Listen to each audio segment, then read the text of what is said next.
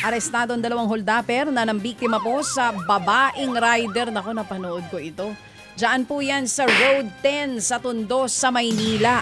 Nasa pulso video kung paanong hinalungkat ng mga kawatan ng bulsa ng biktima. Ang isang holdapper may hawak pang patalima at inaambahan ng biktima na sasaksakin. Sa takot ng babae, kusa niyang ibinigay ang kanyang cellphone.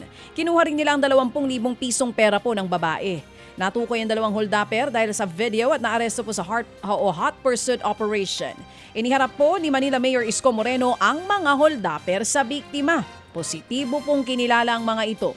Maharap sila sa reklamong robbery. Ako talaga nagtataka bakit naka-blur ang mukha ng mga ngayon no?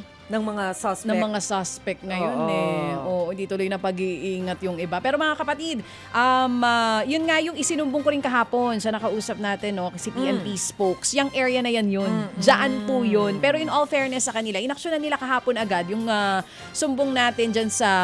Eto dito sa area na ito sa Road 10 near Pacheco, yung Solvent Boys, nag-send sila ng video. Sana araw-araw ganun. Kasi marami pong malapit na presinto dyan sa Road 10. Kaya nagtataka ko, bakit paulit-ulit may mga nangyayaring ganito? Nakawan. Oo. Buti naman mabilis yung pag-action nila. Pero nakaka-bother yung panguholda pa. Parang nasa kalsada, no? Nasaan? Doon mismo. Ano ba? Tapos kasi matraffic dyan pag oras ng labasan ng truck. Oo. Matraffic po kasi talaga dyan.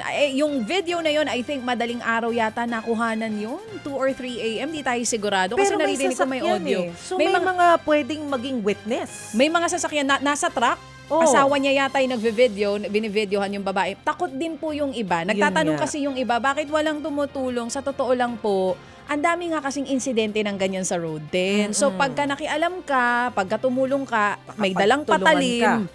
May dalang patalim, di ka ba matatakot? Diba? So kaya po ganoon yung nangyayari dyan. Saklap. Samantala mga kapatid, sapul din sa video ang panloloob sa isang bahay sa Santa Cruz, Maynila.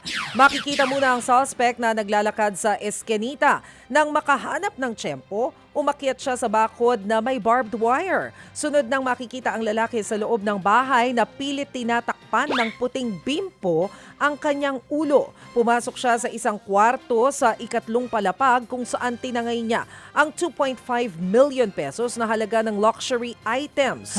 Natukoy naman ang suspect at naaresto rin kalaunan. Nabawi ang mga tinangay na mamahaling gamit. Sinampahan na ang suspect ng reklamong robbery. Nakita mo yun, may barbed wire na, inakyat pa? Oo, lalakas sa loob, no? Akala ko talaga bumababa yung crime rate. Paano ba talaga? Hindi ko talaga matansya kung saan banda yung bumababa. Kung pagbabasihan natin yung mga video ngayon. Saka yung mga balita na nalalaman din natin. Anyway mga kapatid, ito naman po humingi ng paumanhin ng Diocese of Caloocan matapos mabatikos ang Animal Rights Group o ng Animal Rights Group ang anilay animal cruelty sa seremonya ng salubong sa Malabon. Sa live stream ng simbahan nitong linggo ng pagkabuhay, kitang itinali ang pakpak ng kalapate sa patpat para manatili po itong nakabuka. Nilagyan din ang mga hukang paa ng ibon at ginamit para tanggalin ang belo sa imahe ng Birheng Maria. Itinali ang kalapati sa kumpol ng mga lobo na pinalipad sa ere kalaunan. Ayon sa Diocese of Caloocan, bagamat nandoon ang Caloocan Bishop Cardinal Pablo Virgilio David at nakita ang seremonya, hindi niya daw alam na ganito ang ginawa sa kalapate. Nangako naman ang simbahan na hindi na magpapalipad ng mga lobo at papakawalan na mga kalapate pagkatapos ng seremonya. Mga kapatid, para sa iba pang mga balita at impormasyon, sundan niyo po kami sa X, Instagram, Facebook at syempre sa TikTok, True Network PH. Mag-subscribe din po kayo sa aming YouTube channel, True Network. May website din po tayo, truenetwork.ph. At pwede nyo rin po kaming mapanood sa Channel 19 ng aming True FM TV. Lagi pa rin makinig sa radyo dito po sa 105.9 True FM dahil dito, laging true sa'yo, kapatid. Ito tayo sa totoo, tunay at tapat.